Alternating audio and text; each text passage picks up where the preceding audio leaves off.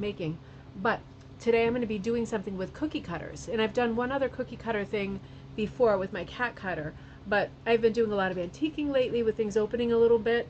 And I always pick up these cookie cutters, the ones that you can trace completely around, because they're so pretty and tactile, and they're old, and they give you such great design possibilities. So in this video, we're going to be looking at making your own design or copying a design that I'm going to make here. I'm just going to do some off-the-cuff ideas to put you in the mindset of using something as simple as a cookie cutter to be the central motif in your hooked rug.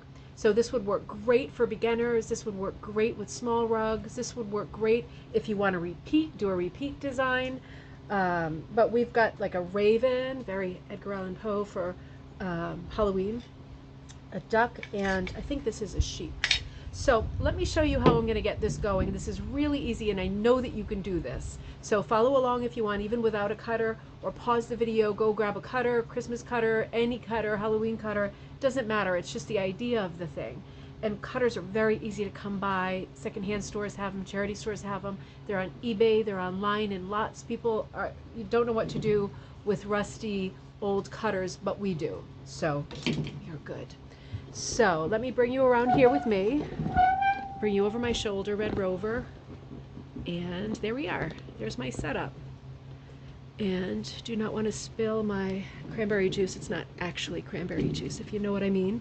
But so I've got my pad going, and the only things I'm going to need here for this tutorial, that's really stretching it, calling it tutorial, tracing cookie cutters, but all we're going to need are the cookie cutters, paper, regular ruler. I often use my quilter's ruler too because it's so easy to see through it and make good decisions about where lines go. And I always have a Sharpie and some pencils. So that's it. That's it. Basically paper, cookie cutter, and you're there.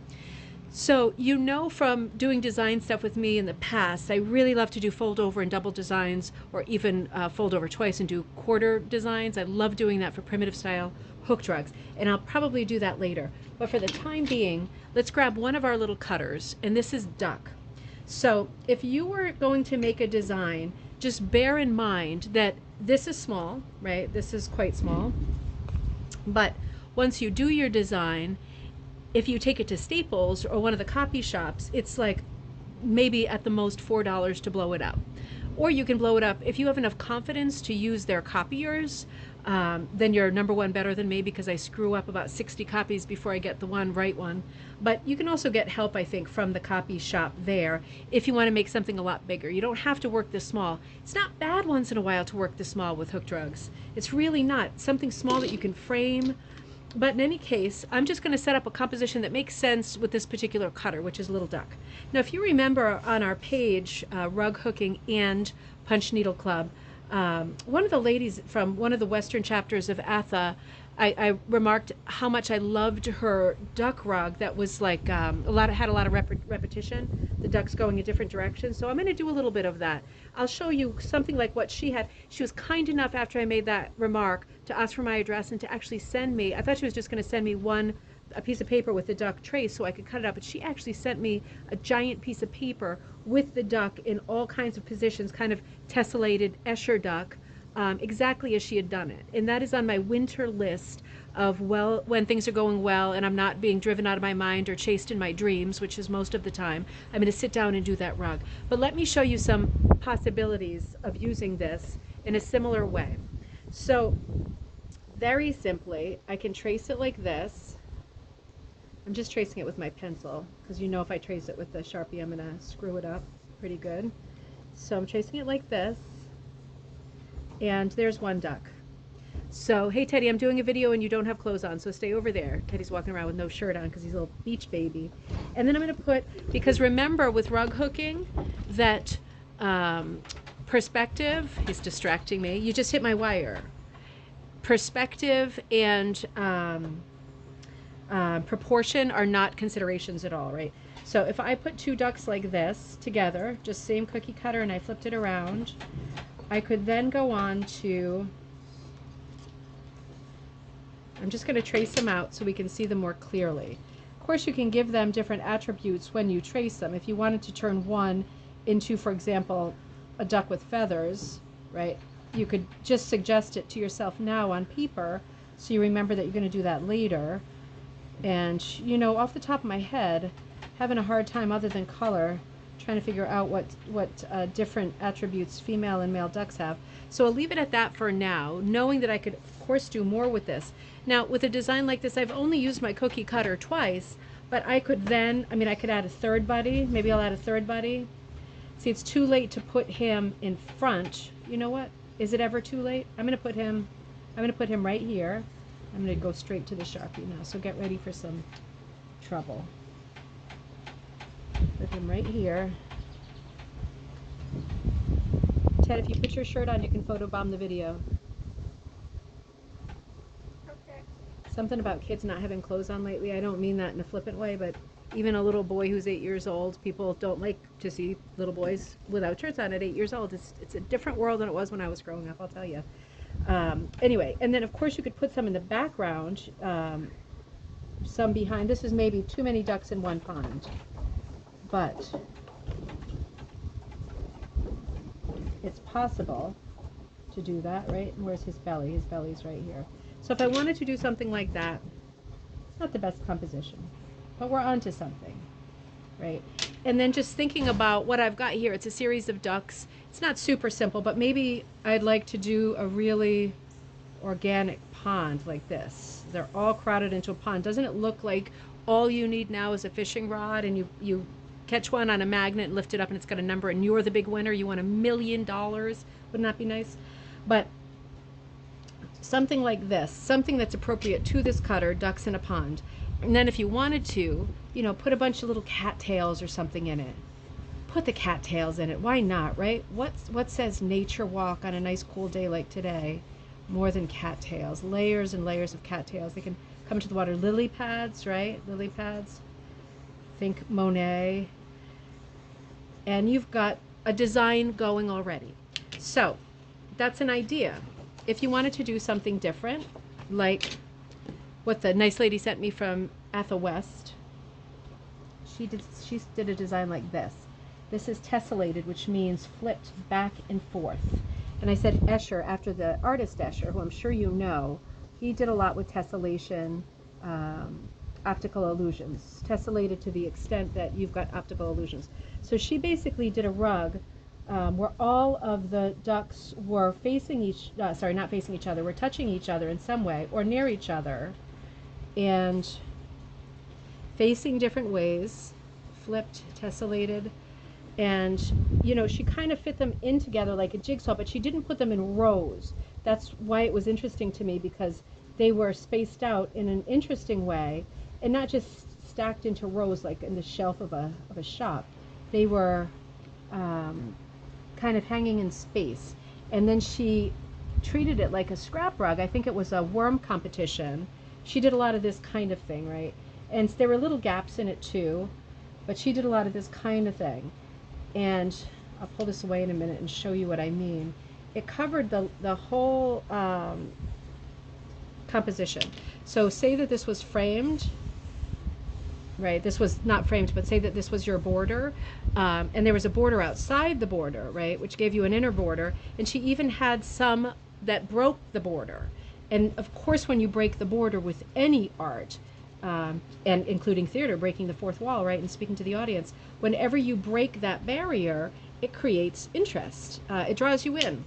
It makes the whole design more accessible. So doing a design like this where you repeat a cookie cutter and then you do something with a border and you break the border in a couple places, maybe this one's leading your eye in, like come follow me, and you wonder what's behind him, his family of ducks or a crocodile. But yeah, it makes you wonder, it makes you think, it draws your eye. It's what you want in any composition is interest. And then what you would do in this kind of a situation, assuming that this is a scrap background, is you could then go around, hundreds of times with your wool strips or your yarn, right? Just rings of color forever. Oh, and for this particular composition, it being a pond with the suggestion of water, you could do watercolors or not. You could do crazy neons. You could do whatever you wanted. But the point is, you could let your strips go wild with this kind of a composition, and rings. around your motif, which is the series of ducks. Right? So you could see how this could work really well for a folk art design. And particularly, you know, you could choose to have all of your ducks be the same. You could do like, what's that fairy tale? The black, the duckling, the duckling that was black, the little duckling, right? There was one that was black and he turned into a beautiful swan. You could do something like that, have a little joke in your composition. But regardless of what you choose, you can use something this simple to make any number of designs. Something like a scene, or something like a repeat design that's perfect for scrap rugs and perfect for beginners. Now likewise, if you were to choose this guy, who is I think he's a sheep, could do a really traditional, it's starting to rain. I hope that white noise in the background is not too much for you. Soon it's gonna rain, I can feel it. And if you know that song, you're my new best friend. That's from my favorite show, and I knew it was going to rain. So this is a classic folk art motif, right? Particularly with hooked rugs. You put the two guys together. I think face to face is nicer than butt to butt. Butt to butt brings up all kinds of other questions and problems. But face to face is real sweet. Or just in the distance, you know. But something like this on a hillside, right? And, you know, always frame your drawings up a little bit. Get your lines going. And what's great about these quilting rulers is you can see where the lines are. You can see I'm right on the line. So, and then you'd want to make it, you know, very equidistant to the side to side. You want it to be pretty even. You can always fix that stuff later. But you can get a nice design going quick. And of course, with something like this, I have the hillside in, but say you did something with sheep. You know, in the background, you could put some kind of a barn, you know, with the big X's on the doors, right? That kind of thing, a little silo here.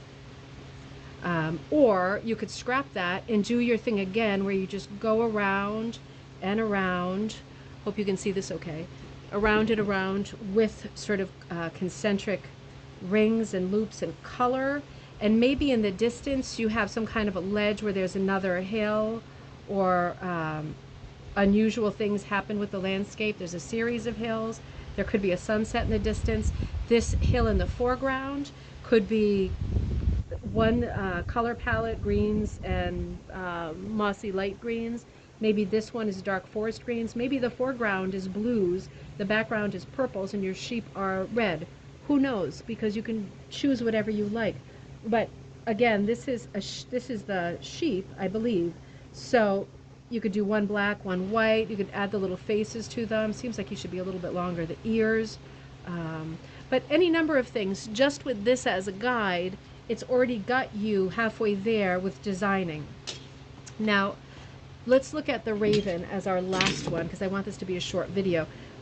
Doing this kind of a design. He looks like a raven. I mean, he could be a crow, a magpie. It could be anything.